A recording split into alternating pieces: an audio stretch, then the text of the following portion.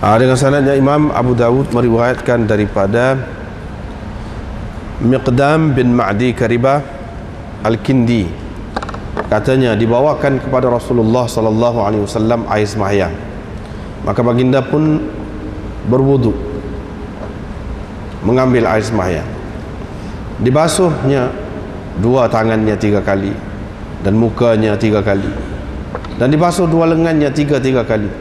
Kemudian baginda berkumur-kumur dan menghisap air ke hidung 3 kali. Kemudian dia menyapu kepalanya dan dua telinganya, bahagian belakangnya, bahagian luarnya, dan dalamnya, dalam kedua-dua telinga. Dengan sanadnya Imam Abu Dawud meriwayatkan daripada Miqdam bin Ma'di Karibah lagi, katanya saya telah melihat Rasulullah sallallahu alaihi wasallam berwudu.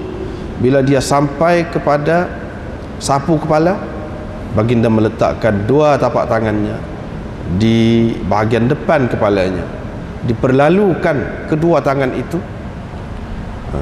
hingga sampai ke belakang leher, hingga sampai ke belakang. Kemudian dikembalikan kedua tangan itu ke tempat di mana dimulakannya. Mahmud berkata, katanya akhbarani Hariz, yakni Walid berkata, Walid bin Muslim berkata akhbarani Hariz, Hariz telah menceritakan kepadaku. Dengan sanad yang satu lagi Imam Abu Dawud meriwayatkan juga daripada Walid dengan sanad tadilah, cuma di peringkat awal dia perawinya berlainan, tapi di peringkat atas sama. Qala, katanya, kata Miqdam, wa masaha bi udhunayhi, Nabi SAW menyapu dua telinganya, bahagian belakang ataupun bahagian luar dan dalam kedua-duanya. Hisham dalam riwayatnya menambahkan, baginda memasukkan jari jemarinya ke dalam telinga dia, ke dalam telinga dia, pelipatan telinga dia.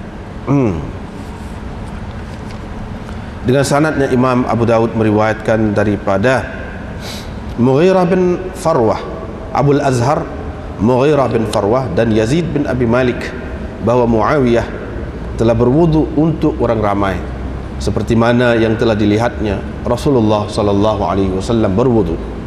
Bila dia sampai ke bahagian kepalanya, dia mengambil satu cebokan air, lalu disambutnya.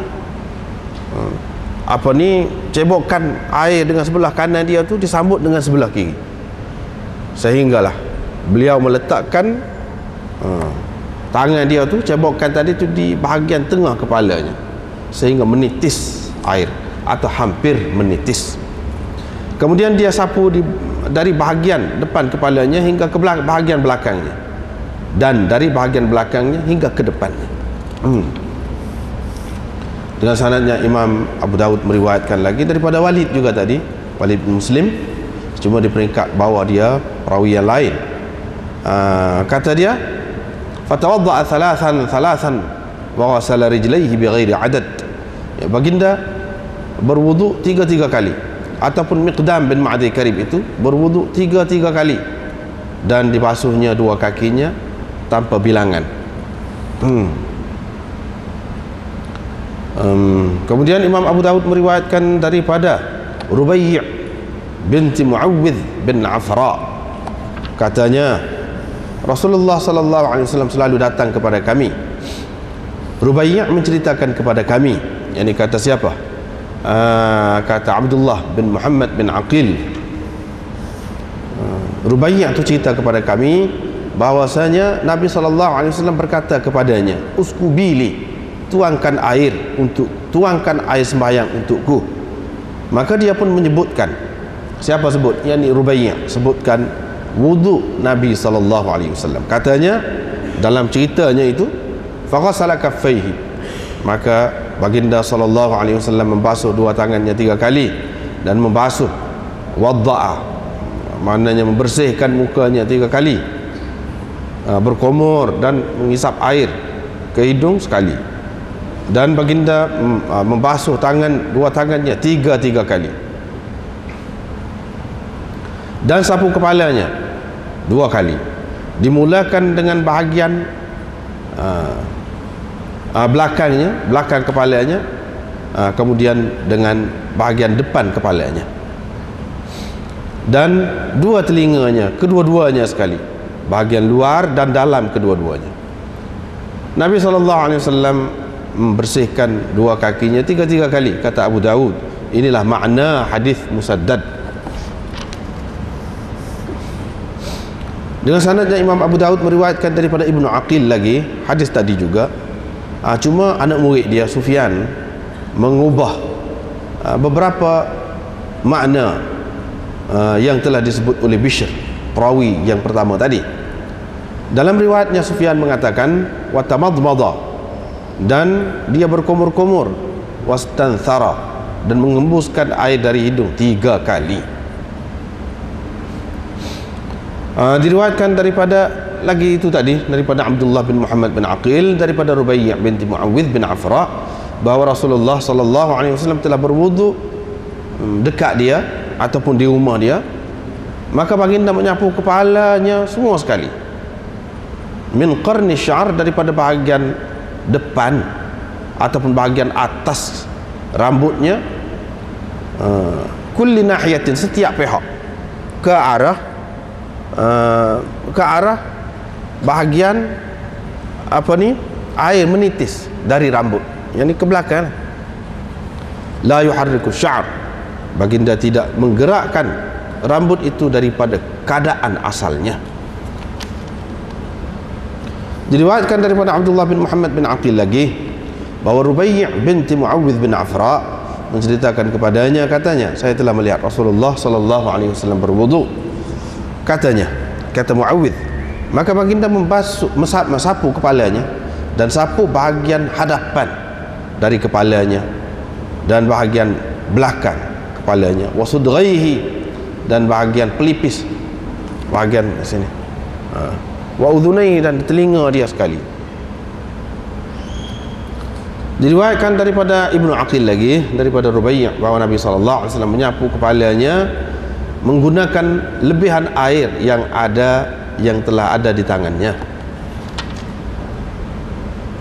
Daripada Abdullah bin Muhammad bin Aqil lagi, daripada Rubai' binti Muawwidh, bahawa Nabi SAW telah berwudu, dimasukkan 2 jarinya, baginda memasukkan 2 jarinya ke dalam lubang telinga, lubang 2 telinga.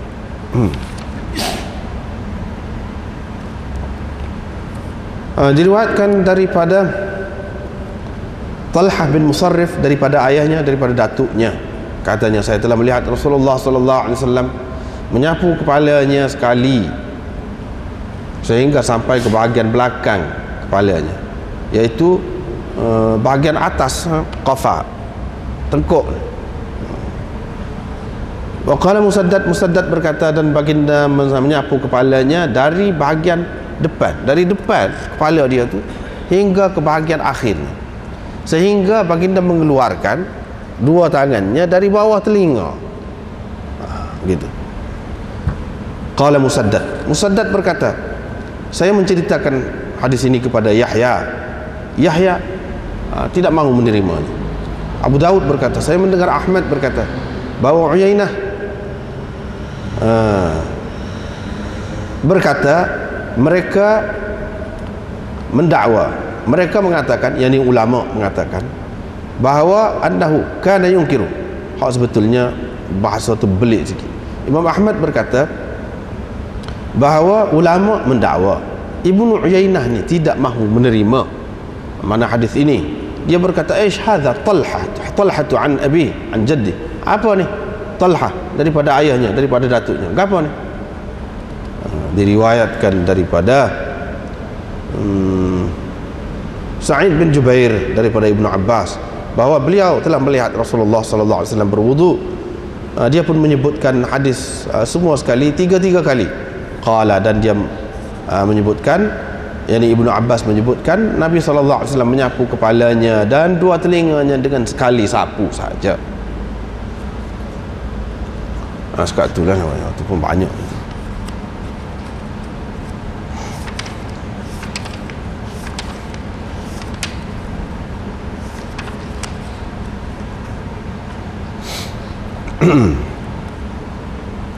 Ini sekarang ni sampai dah kepada sahabat yang lain pula. Imam Abu Daud nak mari cerita kaifiat air sembahyang Nabi SAW daripada sahabat yang lain pula selepas daripada Abdullah bin Zaid bin Asim baru ni. Iaitu sahabat ni namanya Miqdam bin Ma'di Karib. Ni sahabat ni ambil daripada hak ni pula. Yang ni nak ceritanya kaifiat ambil air sembahyang ni bukan dinukilkan hanya daripada seorang sahabat sahaja, bahkan ramai beberapa orang. Itu nak cerita. Dan Imam Imam Abu Daud mengambil hadis ini secara langsung daripada tok guru dia, iaitu Imam Ahmad bin Muhammad bin Hanbal. Ni.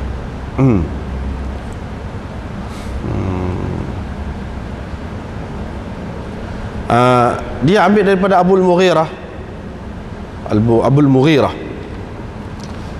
Tak apalah Abul Mughirah. Qala haddatsana Hariz. Dia kata Hariz telah menceritakan kepada kami. Cuma Hariz ini seorang yang dituduh sebagai nasibi, atau ada pahaman nasb pada dia tu. Ada pahaman nasb pada dia. Ramai ulama mengatakan dia ni thiqah, seperti Imam Ahmad, Ibnu Ma'in, dan Ali Ibn al-Madini mengatakan lam yazal man adraknahu min ashabina yuwathiqunahu. Kami sentiasa menemui tokoh-tokoh rijal ini yang mentausikkan, mengatakan dia ni thiqah. Ijli berkata Syami, dia ni orang Syam, thiqah. Tapi dia ni ada sedikit buah keras terhadap Ali. Keras terhadap Ali. Kadang-kadang dia kritik.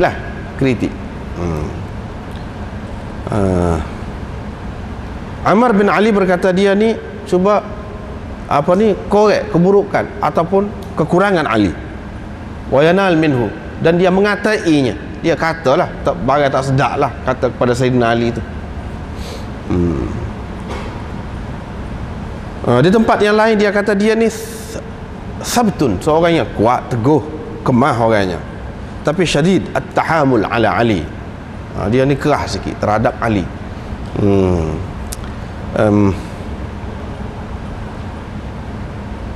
Ibnu Adi berkata hadis termasuk di antara asbat, dan dia meriwayatkan daripada orang-orang yang thiqat. Orang Syam yang thiqat. Yahya bin Sa'id Al-Qattan mengatakan dia ni thiqah, dan lain-lain lagi ramai lagi.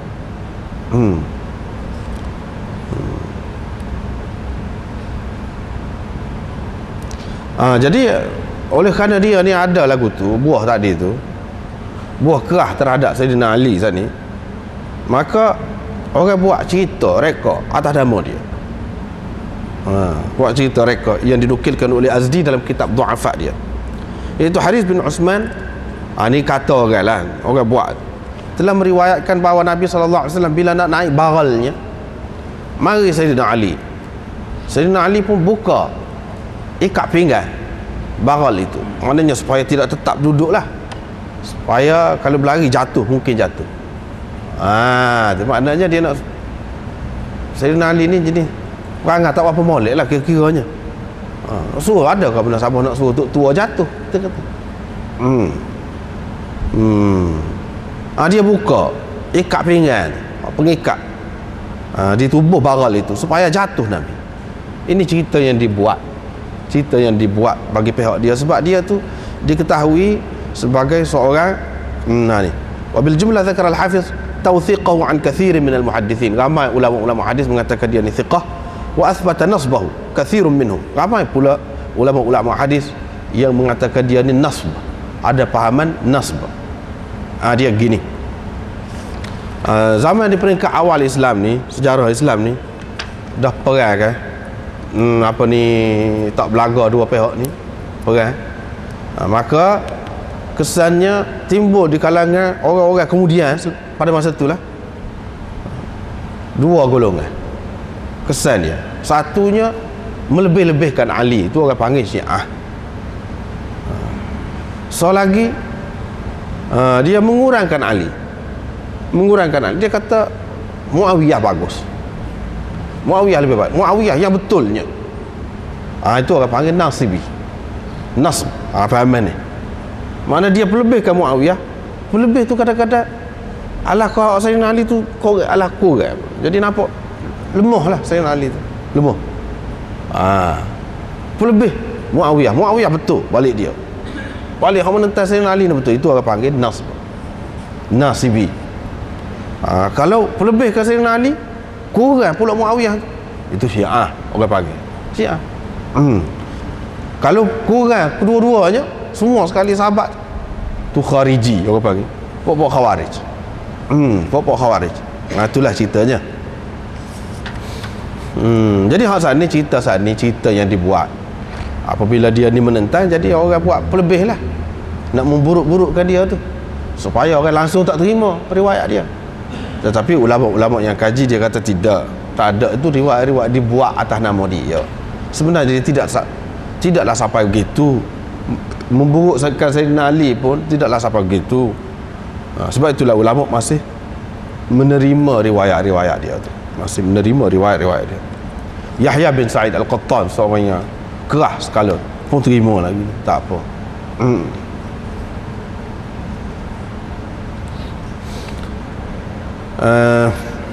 Itu Haris.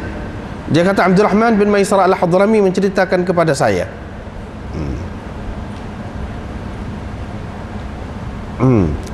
Tak apa juga. Dia kata saya mendengar Miqdam bin Ma'di Karibah.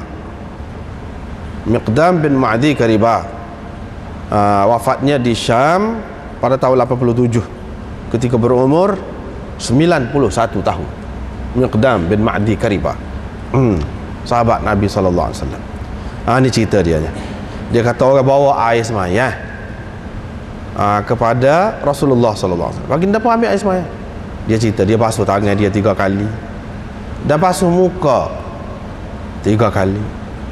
Wa ghassala wajhahu 3 thumma ghassala dhira'ihi 3. Kemudian dia basuh 2 lengan dia 3 kali.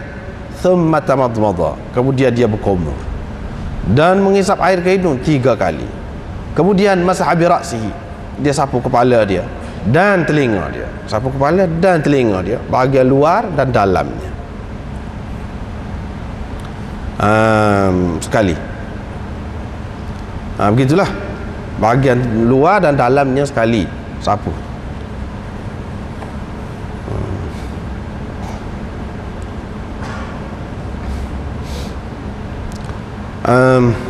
Beginilah yang terdapat dalam nuskhah ni. Sebab kitab-kitab lama ni dia ada banyak nuskhah. Hak tu yang payah tu, kadang-kadang dia nuskhah ni lagu ni, nuskhah ni lagu ni. Setara hak cetak zaman kemudian ni pun dia berubah-ubah. Zaman dulu dapat kau saling tu, saling atas saling gitu.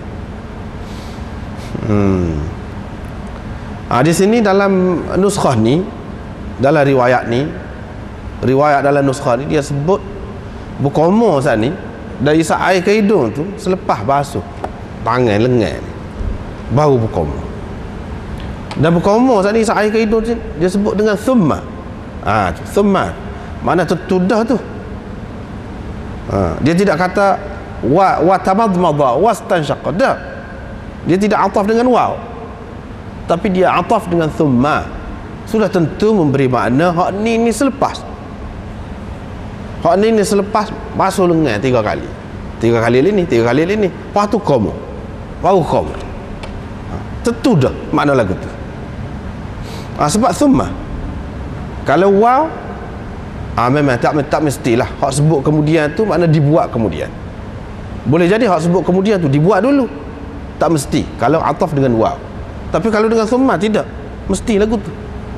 Sinilah timbul khilaf tu. Timbul khilaf.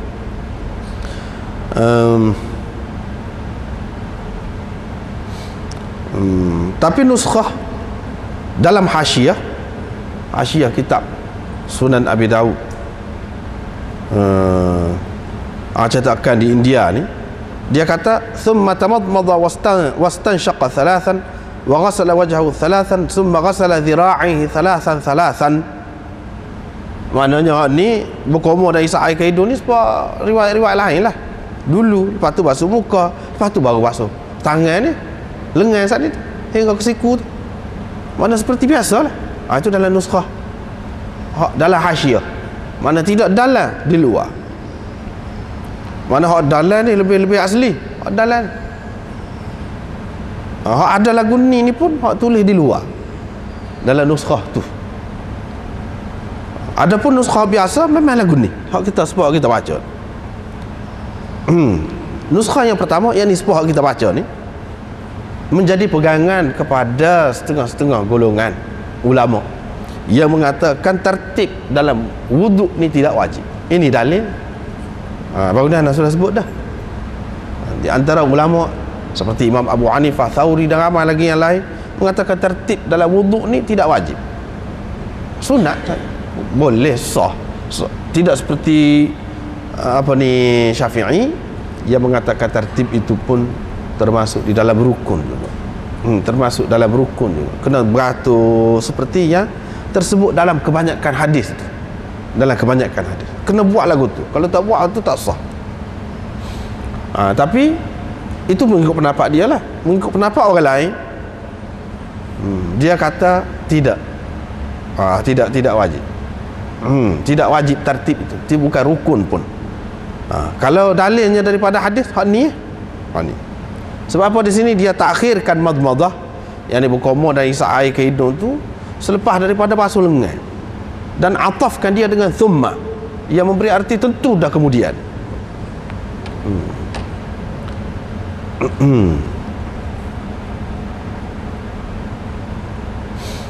Tetapi pengarang kitab Ghayatul Maqsud ini syarah Abu Daud yang besar, yang Aunul Ma'bud itu kemudian itu diringkaskan daripada hak ni lah. Ghayatul Maqsud, Aunul Ma'bud tu pun tebal dah, berapa jilid tu. Ghayatul Maqsud ini 30 jilid syarah Abu Daud. Seorang ulama ahlul hadis di India, Ghayatul Maqsud, dia kata hadhihi riwayatun syadzatun la tu'aridu ar-riwayat al-mahfuzah allati fiha taqdim al-madmadah wal istinshaq ala ghasl al-wajh. Riwayat ini syadz. Syadz. Tidak dapat mengalahkan, tidak dapat menandingi riwayat yang mahfuz, yang terpelihara, yang mana tersebut di dalam riwayat itu didahulukan berkomor dan isap air ke hidung. Tak boleh lawan. Ni riwayat ni syadzah. Kalau kita terima sanad dia tu orang molek berlaku apa kita terima, tapi si dia ni bercanggah dengan riwayat-riwayat lain. Perawi yang molek ni bercanggah dengan riwayat perawi-perawi lain, ramai lagi hak lain tu hak molek-molek. Maka riwayat ini syadzah, tak boleh pakai, kata dia. Tak boleh pakai. Di sana di India ni dia ada dua aliran. Aliran pengajian hadis ni dia ada dua aliran hak besar. Satu aliran ahlul hadis, yang kedua aliran Deobandi. Adapun anda sendiri ni belajar mengikut aliran Deobandi. Ulama-ulama Deobandi dia bermazhab Hanafi. Mana peringkat bawah ni dia mengaji fiqh Hanafi lah. Hak atas tu pun mengaji hadis ni pun banyak dia tarjih alah ke Hanafi lah. Tapi ahlul hadis ni dia tidak terikat dengan mazhab. Dia tak kira mazhab mana, asalkan hadis sahih, hadis kuat macam ni. Ni hadis yang ada juga. Dia tak boleh lawan dengan hadis hak banyak lagi tu. Tak ada sebut lagu ni Nisa, sebut lagu ni. Ya, tak boleh lawan. Dia pakai hadis. Kebetulan lah serupa dia tu dengan mazhab Syafi'i. Mana kena tertib lah. Kebetulan je dia tidak ikut Syafi'i juga. Dia ikut hadis. Dan dia itulah bertentangan lah dua golongan ini. Yang ni dia nak qamah Hanafi dia. Hak ni tidak. Dia kira hadis. Tak kira Hanafi lebih kuat ke, kamu kata lagu tu tak kira. Tak cara. Hadis, kita kena pakai hadis. Ni ahlul hadis. Ahlul hadis ni dengan siapa? Deobandi ni dia bertemu pada guru siapa? Syah Abdul Ghani. Syah Abdul Ghani. Situ. Data dia tu guru Syah Abdul Ghani dengan nombor satu dia panggil Syekhul Kul. Dalam puak-puak ahlul hadis di sana dia panggil Syekhul Kul, syekh kepada semua. Maha guru kepada sekalian maha guru yang lain. Siapa dia? Namanya Maulana Nazir Hussain. Tu tokoh dia, Maulana Nazir Hussain. Kedua-dua ni anak murid kepada Syah Ishaq. Situ bertemu. Syah Ishaq ambil daripada Syah Abdul Aziz, anak Syah Waliullah. Syah Abdul Aziz ambil daripada Syah Waliullah. Pecahan tu, pecahan yang sama. Tapi kemudiannya dia, hak ni berat ala ke hadis, hak ni berat ala ke pekoh, berat ala ke pekoh. Gitulah. Kedua-dua golongan ini telah melahirkan begitu ramai ulama-ulama besar. Boleh dikatakan hak kemudian daripada Syekhul Kul saat ni ramai terbit anak-anak murid dia itulah ulama-ulama hadis yang besar. Sebelah ni anak murid Syah Abdul Ghani, anak-anak murid dia besar-besar seperti Maulana Qasim Nanutwi, pengasas Darul Ulum Dioban tu, anak murid Syah Abdul Ghani tadi tu. Anak murid Syah Abdul Ghani. Hak ni pula aliran tu. Dan pokok dia ni banyak tulis kitab. Hak ni pun tulis kitab. Hak ni macam hak ni, kitab Badrul Majhud ni aliran Diobandi. Sebelum ni ditulis Aunul Ma'bud, Ahlul Hadis. Kalau Ahlul Hadis tulis kitab Tuhfatul Ahwazi, Syarah Tirmizi, itu Ahlul Hadis. Abdurrahman Mubarakpuri itu. Mubarakpuri itu selalu pokok dia tu Ahlul Hadis. Dia tulis kitab pula. Apa dia hak ni? Arfus Syadhi. Misalnya Arfus Syadhi tu ditulis dulu lagi pada Tuhfatul Ahwazi. Tuhfatul Ahwazi banyak kritik kitab Arfus Syadhi, yang merupakan syarahan Anwar Shah Kashmiri. Banyaklah dalam tu. Tapi tidak ditulis dia sendiri, anak murid dia yang susun. Dikritik oleh Tuhfatul Ahwazi ni. Lepas pada tu Maulana Yusuf bin Nuri pula, pengasas kepada Jami'atul Ulum Al-Islamiyah, tempat anda belajar dulu di Karachi, Pakistan. Tu anak murid Anwar Shah Kashmiri. Dia tulis pula kitab Ma'arifus Sunan namanya. Ma'arifus Sunan. Tu Syarah Tirmizi tu. Dia balas balik pula. Hak mana-mana hak tu kritik tu guru dia tu, dia balas balik. Begitulah. Mana tradisi ilmu tu memang cukup hidup sana. Cukup hidup. Maulana Bin Nuri tulis, tapi dia tak ada siap. 6 jilid dia meninggal dunia. 6 jilid tu baru permulaan Kitabul Hajj. Sikit baru. Suku pun tak siapa kitab Tirmizi. Kalau siap kali 10 jilid jugalah. Itu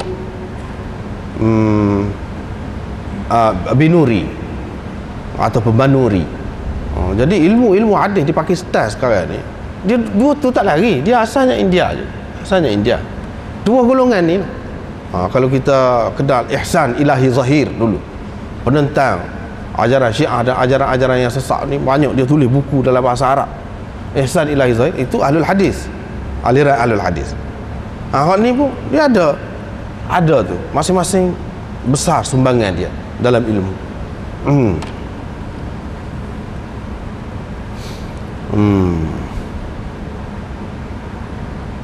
Dia tu bezalah sikit kita cerita belah-belah ni. Biar kita tahu sejarah ilmu hadis sana. Memang dia hebat. Sudah ada sejarah ulama hadis di India saja 5 jilid sejarah ulama hadis India, ditulis oleh ulama sana 5 jilid. Ramah. Jadi aliran Diobandi ni, dia selain daripada mazhab, dia cenderung juga kepada mantik dan falsafah. Itu aliran Diobandi ni kuatlah. Mana kalau orang ngaji Diobandi, aliran dia tu daripada bawah kuat benar hak tu mantik dan falsafah. Dan dia juga gabungkan tasawuf gabungkan. Adapun Ahlul Hadis tak sih. taksir tu semua. Dia nak hadis Quran saja. Hak lain tak jamin berlaku, kata dia. Banyak dah tersasul, kata dia. Kita sudah tengok dah pengalaman banyak dah tersasul berlaku. Sama ada dalam tasawuf, ke dalam falsafah, ke dalam mantik, tersasul banyak juga bagus, tapi banyak tak ada jaminan, kata dia. Kalau sebenarnya kita balik pada hadis. Itulah beza dia. Hak tu maha guru dia Abdul Ghani namanya. Hak ni maha guru dia Nazir Hussain. Nazir Hussain.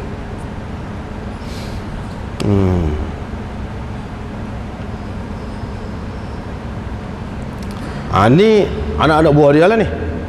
Dia kata di riwayat syadzah, tak boleh pakai ni, kata dia. Macam mana kamu nak dalil? Kamu nak dalil bahawa tertib tu dalam wuduk tu tidak wajib. Pegangannya hak ni. Sedangkan ni riwayat syadzah. Bila syadzah ni dia dhaif jugalah, tak boleh pakai. Sebab syarat hadis sahih yang boleh kita pakai itu dia tidak ada syadz, tidak bercanggah.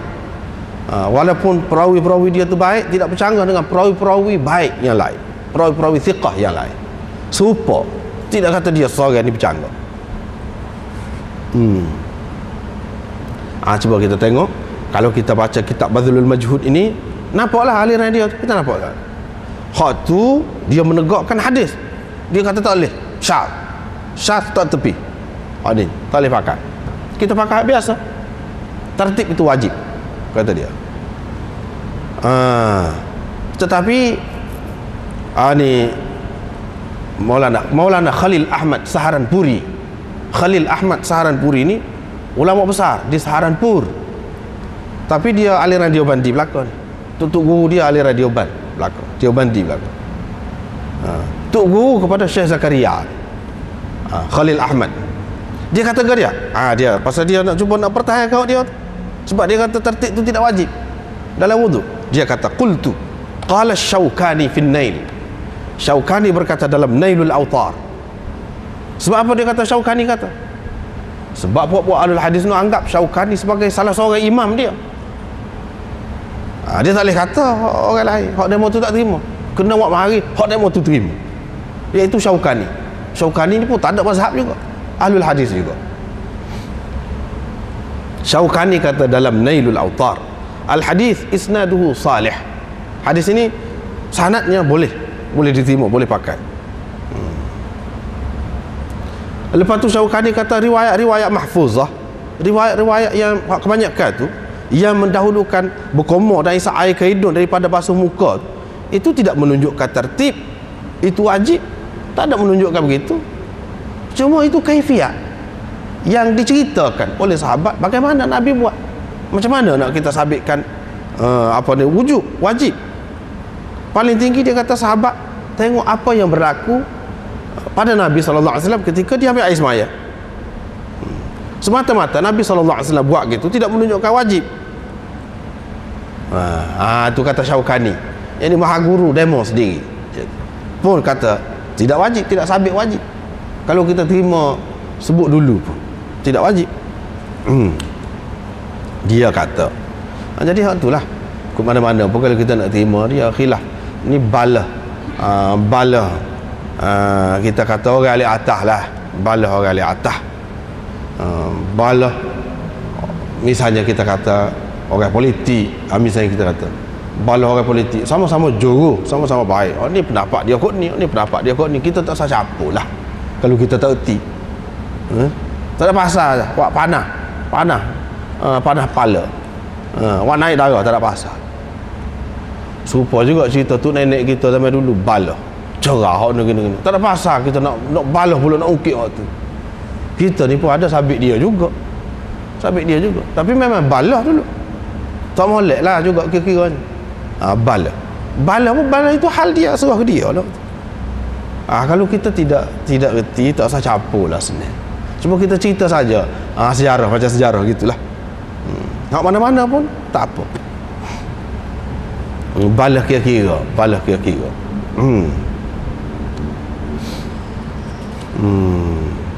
Dia balah tu dia ada dalil dia, ada cara fahaman dia sendiri.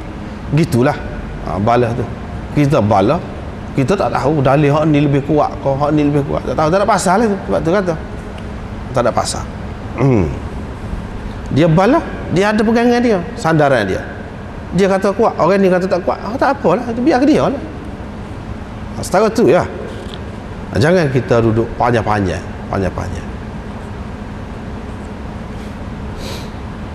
Kemudian dia sapu kepala dia dan telinga dia, bahagian luar dan dalam dia. Sapu. Dalam riwayat Ibnu Majah gini, Rasulullah SAW sapu telinga dia dan dia masuk ni, jari telunjuk dia bahagian dalam, dah kat alih belakang ni ibu jari dia. Gitu. Dalam riwayat Nasa'i pula gitu juga. Jadi hadis-hadis ini menunjukkan bahawa sapu kepala dengan telinga ni sekali. Lepas pada sapu kepala, sambung selalu telinga ni sekali dengan air yang sama, tidak air lain. Tidak air lain. Inilah dalilnya. Bukan dalam riwayat Abu Daud saja, dalam Nasa'i pun ada, dalam Ibnu Majah pun ada. Dengan air yang sama. Kemudian khilaf ulama pula dalam masalah ni, nak sapu telinga ni, air hak sani ke air suku pula, ambil air suku pula. Khilaf pula. Malik, Syafi'i dan Ahmad dan Abu Thawr mengatakan ambil air lain. Sapu kepala sekat tadi ya, ambil air lain, telinga pula. Telinga, air lain. Tapi Thawri dan Abu Hanifah mengatakan sekali dengan kepala tadi. Lepas tu sekali, tak ada air lain. Gitu. Tetapi ada juga pendapat Imam Ahmad, ia mengatakan mana kepala ni sekali dengan telinga dia, sekali lah.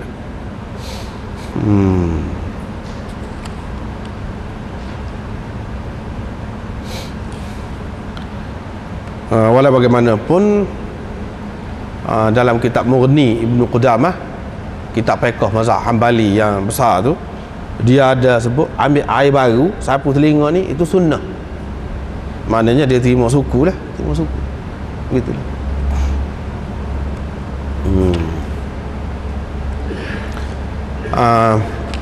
Bahari Ibnul Qayyim kata tidak ada sabit daripada Nabi SAW ambil air lain untuk sapu telinga suku. Tidak ada sabit. Hadis sahih tidak ada, kata dia.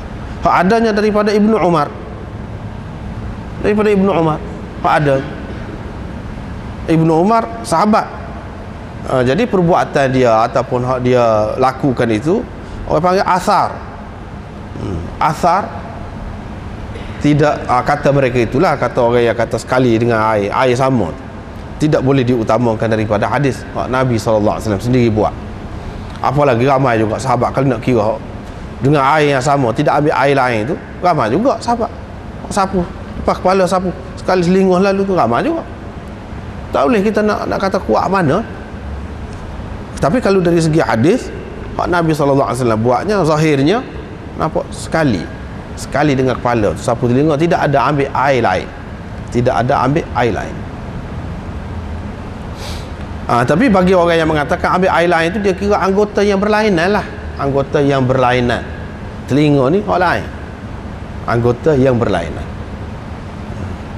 Jadi bila berlainan tu boleh ambil air suku-suku lah. Demono pula kata tidak, ada juga hadis yang menyebutkan al-udhunani minar ra's, itu di antara dalil dia. Telinga ni termasuk sebahagian daripada kepala, dan sebahagian daripada kepala masuk sekali dengan kepala lah. Apa perlu ambil air yang lain pula ya, untuk dia tu? Apalagi kalau kita tengok dalam hadis yang menyebutkan tentang dosa-dosa gugur ni, hak gugur tu dia gugur kat telinga, apa selepas basuh kepala sekali, sapu kepala kat sekali tu.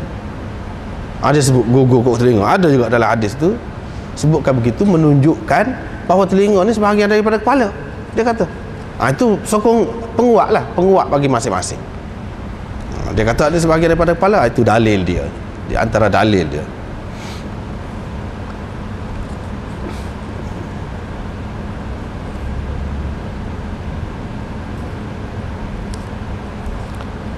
Tak apalah, nak buat mana-mana pun tak apa. Boleh berlaku. Kalau kita pandai, kalau kita tahu, kadang-kadang kita buat lagu ni dah boleh berlaku. Kadang-kadang kita buat lagu ni, apa salahnya? Ni pun sahabat buat juga. Sahabat buat dia sahih. Sahih pula, ikut nak buat mana-mana. Tak apa.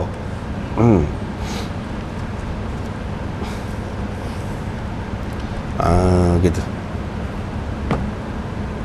Seterusnya daripada Miqdam bin Ma'di Karib lagi, sanad yang lain. Mahmud bin Khalid, Imam Abu Daud ambil daripada dua orang tu guru dia, Mahmud bin Khalid dan Ya'qub bin Ka'ab al-Antaki. Lafzuhu, yani ini lafaznya. Lafaz apa? Lafaz Ya'qub bin Ka'ab. Hak dia akan sebut ni lafaz Ya'qub, riwayat Ya'qub bin Ka'ab, bukan lafaz riwayat Mahmud. Lepas tu dia pun sebut lah gini semua ni. Akhir sekali dia kata qala Mahmud. Imam Abu Daud kata, Mahmud kata, qala, kata Walid bin Muslim, Walid bin Muslim kata akhbarani Hariz. Akhbarani Hariz. Hariz telah menceritakan kepadaku.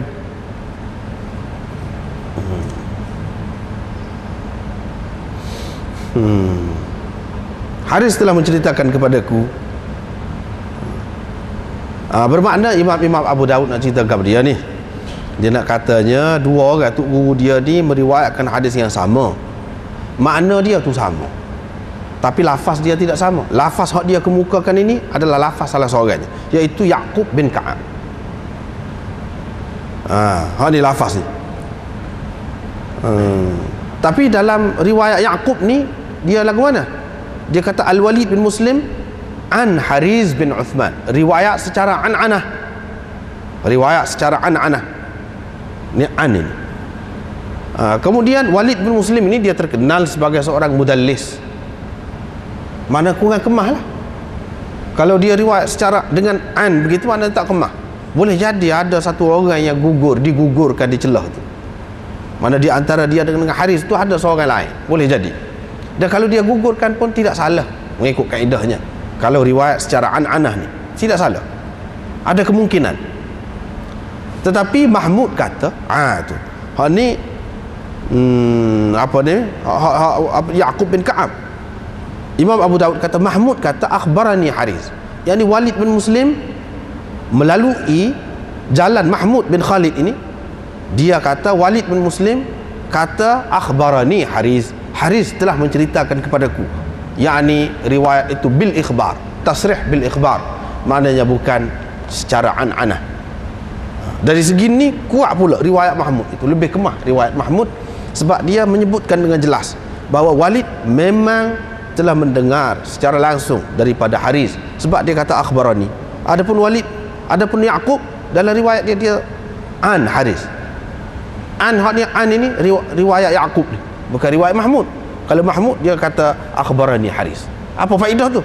Oh, faedah besar tu pada orang yang mengaji hadis, faedah besar tu.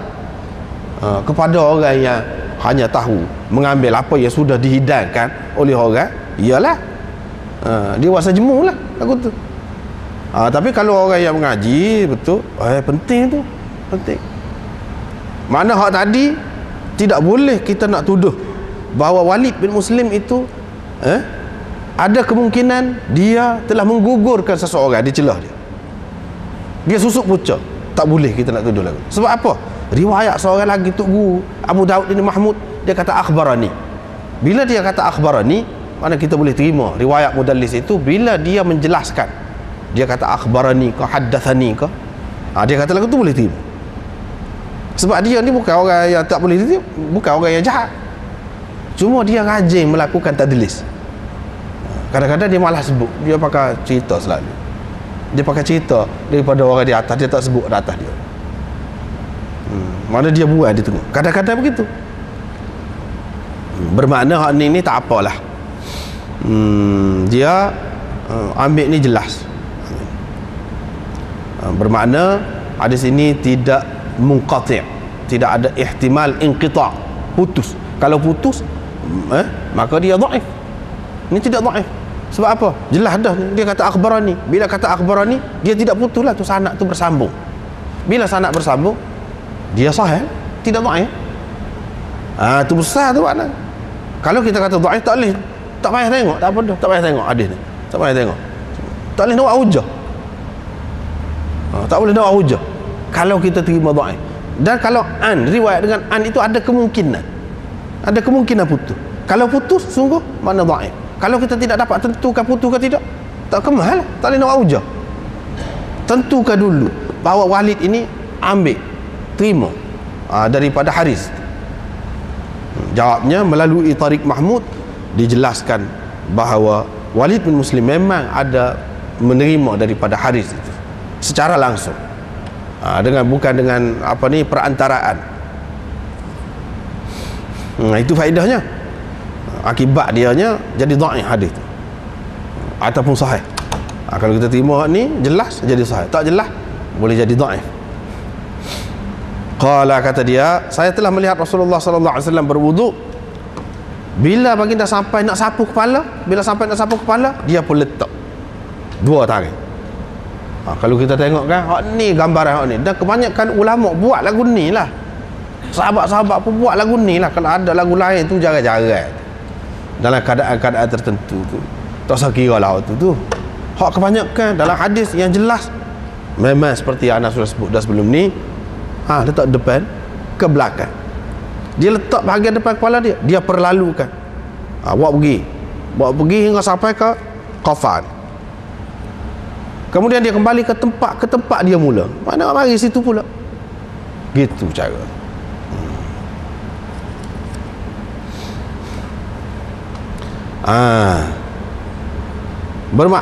Imam Abu Daud ni dia nak ceritanya ramah ni hak ambil daripada Walid bin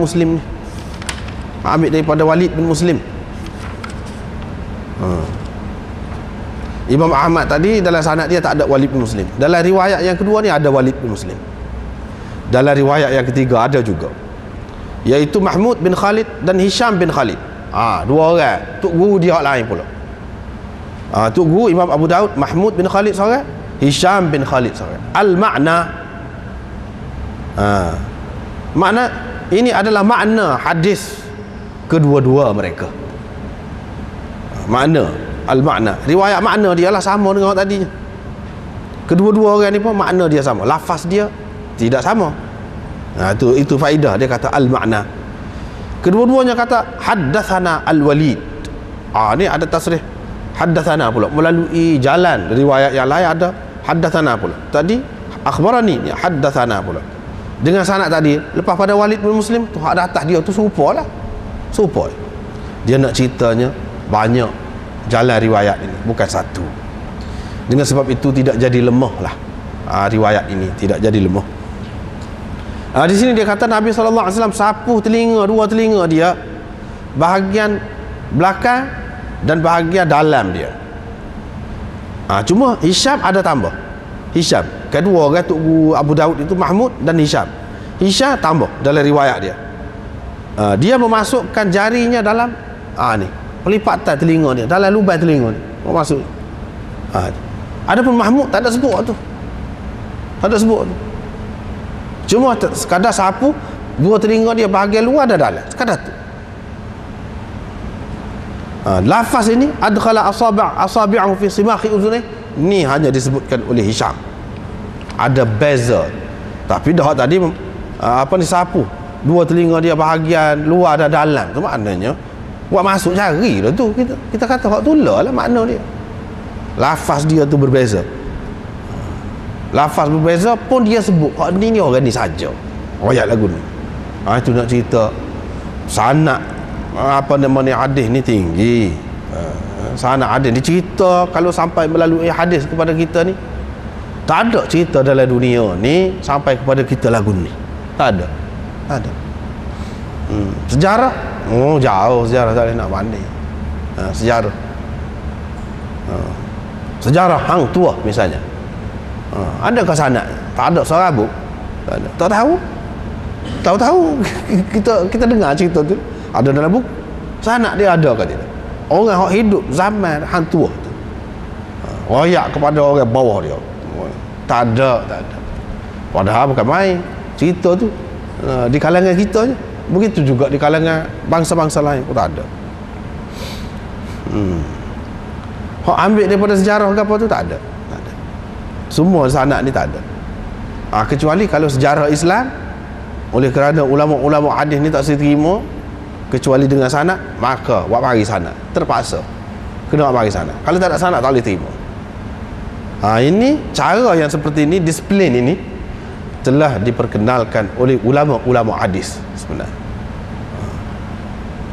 Menyebabkan payah orang nak tipu, payah nak diselewengkan sesuatu cerita.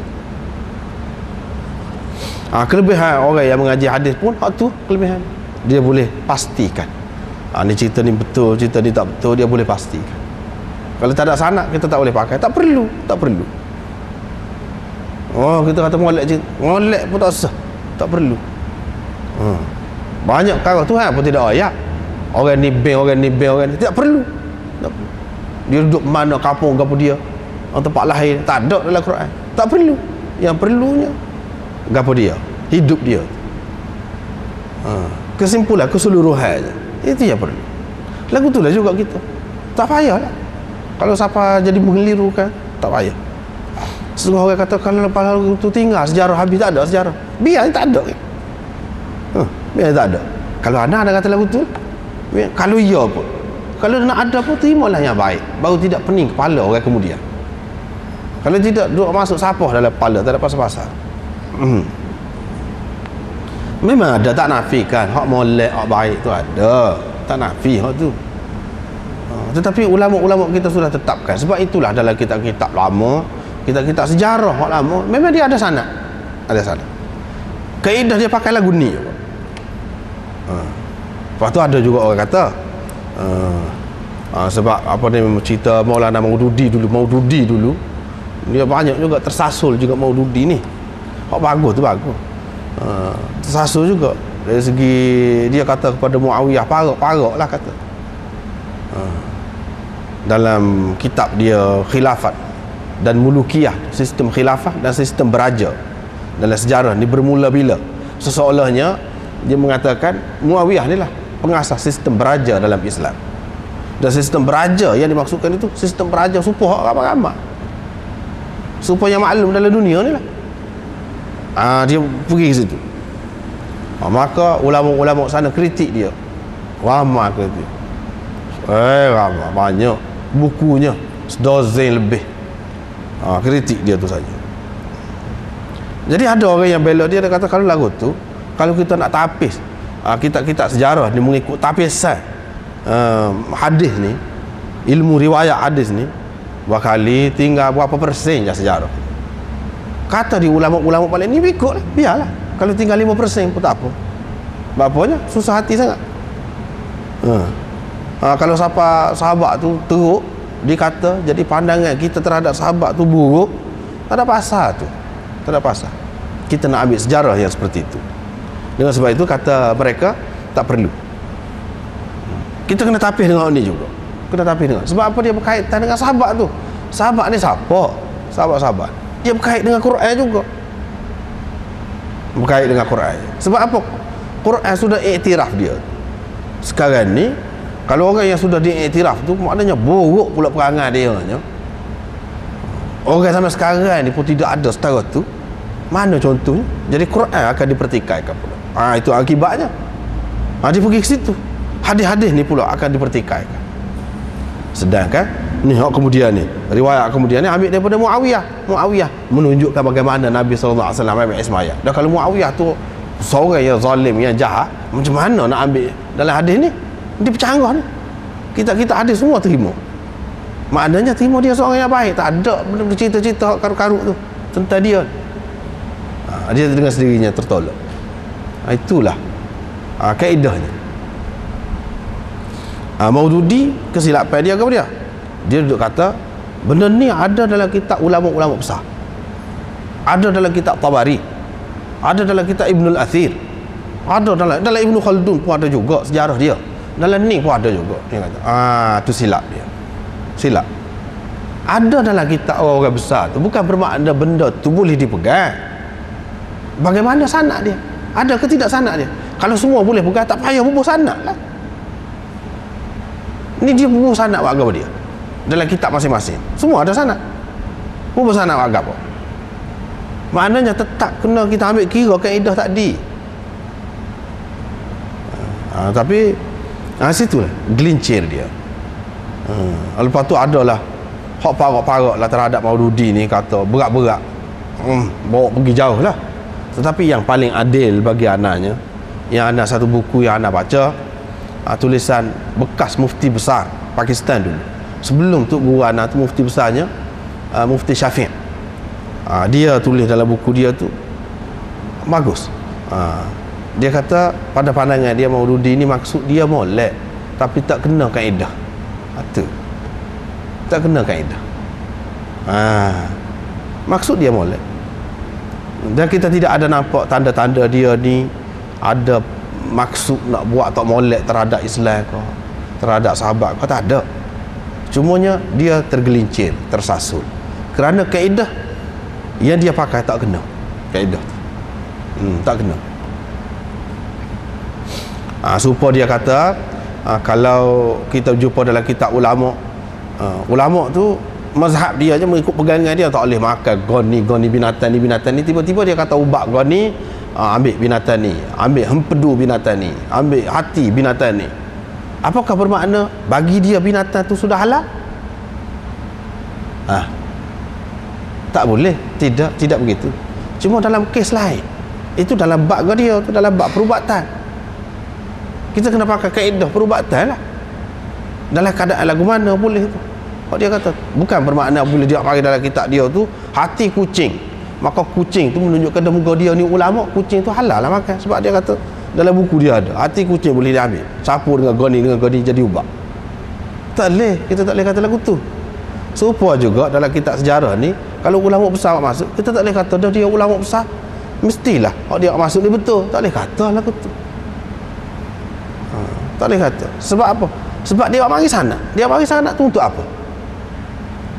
Supaya kita cek lah, perasa gitu.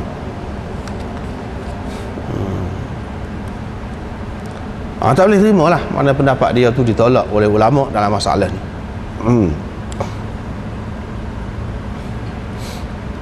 Ini semua kepentingannya. Maknanya kalau orang kemah ilmu hadis, dia faham lah benda tadi tu. Dia faham lah. Setengah-setengah ulama dia mengatakan Maududi ni memang dia seorang yang hebat, fikiran dia memang luar biasa, tapi oleh kerana dia tidak berguru dengan baik, salah satu sebab dia, maka kaedah buah-buah kilah tadi tu dia tak tahu. Buah-buah kilah dia tidak tahu. Kaedah belum, sehingga dia jadi terlanjur sampai begitu sekali.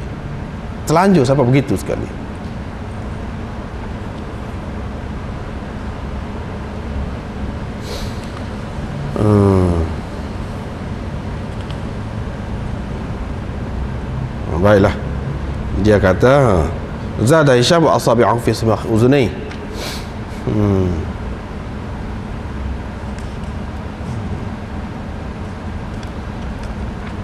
Baiklah. Lepas tu riwayat Muawiyah pula, riwayat daripada Muawiyah, Abul Azhar Mughirah bin Farwah dan Yazid bin Abi Malik menceritakan bahawa Muawiyah ambil air semaya untuk orang, yani untuk ditunjukkan kepada orang ramai, seperti mana dia telah melihat Rasulullah ambil air semaya. Dia pun bila sampai kepada kepala dia, dia pun cebok air, cebok air ni sebelah kanan, dia sambut dengan tangan kiri, disambut, dia pun letak bahagian tengah kepala dia sehingga menitis air atau hampir menitis air. Kemudian dia pun sapu daripada bahagian depan kepala dia hingga kepada bahagian belakang, dan daripada bahagian belakang dia bawa pula ke depan. Seperti tadi jugalah kesimpulan. Cuma di sini dia nampak macam basuh tu kepala tu, bukan sapu. Tetapi ada makna sapu juga. Kalau sapu, kita kata tak perlulah cebok air gini, tadah dengan tangan alik kiri ni pula, waktu bubuh atas kepala. Kalau sapu, ni yang bekas air, bekas ni kena air saat ni, sapu lah. Itu sapu. Ni dia cebok, tampu dengan hak satu lagi. Ni dari satu segi nampak macam basuh, bukan sapu. Tetapi dari segi perbuatan dia sudah ada makna sapu juga. Lepas pada tu dia pun bawa ke belakang, mari ke depan, tu ada makna sapu juga. Tapi dari segi penggunaan air untuk kepala tu lebih. Penggunaan air untuk kepala tu lebih sikit.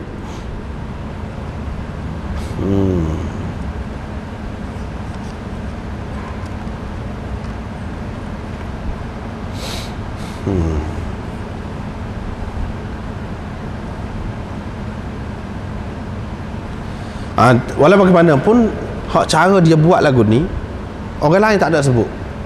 Sanad ni molek tak ada apa. Orang lain tak ada sebut. Ulama buat kesimpulan apa? Ada juga ketikanya Nabi SAW buat lagu ni. Sebab bila dia kata dia ambil air semaya, seperti mana dia lihat Rasulullah SAW ambil air semaya, dia akan buat serupa dengan Rasulullah buat lah. Maknanya ada Rasulullah buat lagu ni, pernah, walaupun sekali. Sekurang-kurangnya ketika dia tengok tu Rasulullah buat gini. Adakah Muawiyah sendiri buat lagu dia sama? Tidak juga. Tidak dapat dipastikan daripada hadis ni dia buat lagu ni. Cuma dia nak tunjuk pernah, walaupun sekali dia tengok Rasulullah buat lagu ni. Pada kali yang lain dia tengok banyak kali lagi, tidak lagu tu. Kali ni dia nak tunjuk buat lagu tu. Bagi ulamanya faedah dia buat kesimpulan. Ini menunjukkan bahawa daripada sinilah. Mana kalau dalam Quran tu suruh sapu kepala, kalau seorang tu basuh, jadi ke tidak air semaya dia? Jawabnya berdasarkan ni jadi. Sebab Muawiyah curah air atas kepala dia, curah air banyak, menunjukkan boleh lah. Memadai. Kalau dia tidak sapu, dia basuh kepala dia, memadai juga. Sebab apa? Sebab basuh tu lebih besar lagi. Dalam basuh tu sudah ada makna sapu. Suruh sapu tu asalnya untuk ringan, untuk memudahkan kita. Takut basah semua setiap kali ambil air semaya, basah rambut tu susah. Terutama orang perempuan pula, jadi bau busuk lah, pakai tudung kan, apa kita katakan. Itu sebab sapu. Tapi kalau katakanlah seseorang tu nak basuh, ketika dia mandi ke, dia ambil air semaya tu dengan cucuk air atas kepala, jadi ke tidak? Daripada sinilah ulama katakan jadi, sah. Walaupun dari segi zahirnya kita nampak sapu lain, basuh lain. Inilah makna kata dia sehingga menitis air. Bila menitis tu makna sifat basuh tu, bukan sapu.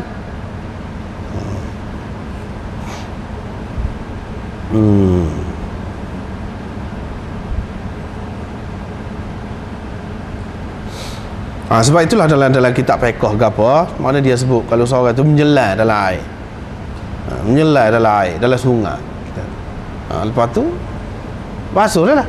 Tidak basuh pun, dia tidak gosok, tidak sapu, tidak gapo pun, tapi bahagian kepala sudah kena air, ada dia niat dah, sah juga. Ini kemudahan lah, keluasan, ada keluasan.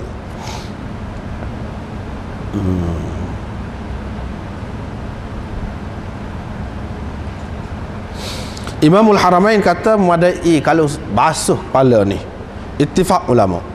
Sebab apa? Basuh ni dia lebih daripada sapu lagi. Ramai juga ulama mengatakan makruh kalau basuh, sengaja dia sama-sama basuh kepala dia. Kalau lagu tu makruh. Tapi kalau jarang-jarang tak apa. Kalau sengaja dia tak say pakai hak sapu, dia nak basuh, sebab hak basuh tu bagi dia lebih baik. Tidak, jangan dibuat lagu tu, makruh jadinya. Makruh kalau lagu tadi lah, dengan sengaja begitu.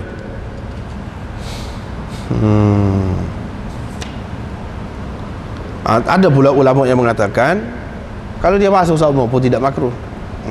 Ada juga yang mengatakan begitu.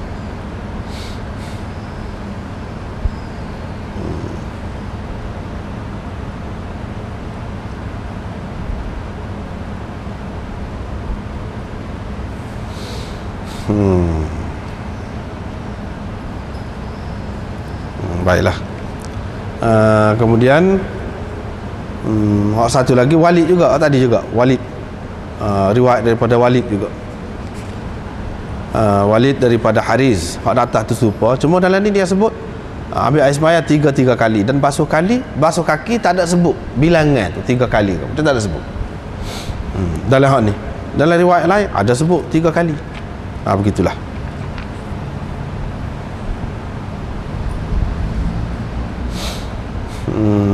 Lepas tunya Rubai' binti Muawwidh ini pula sahabat lain pula, sahabiyah ni, ambil daripada dia pula riwayat ambil air semaya ni. Setakat ni daripada Miqdam bin Ma'di Karib, dan daripada Muawiyah,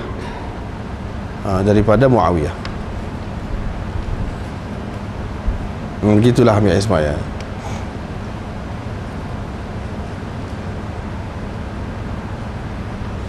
Sekatulah dulu, wallahu a'lam.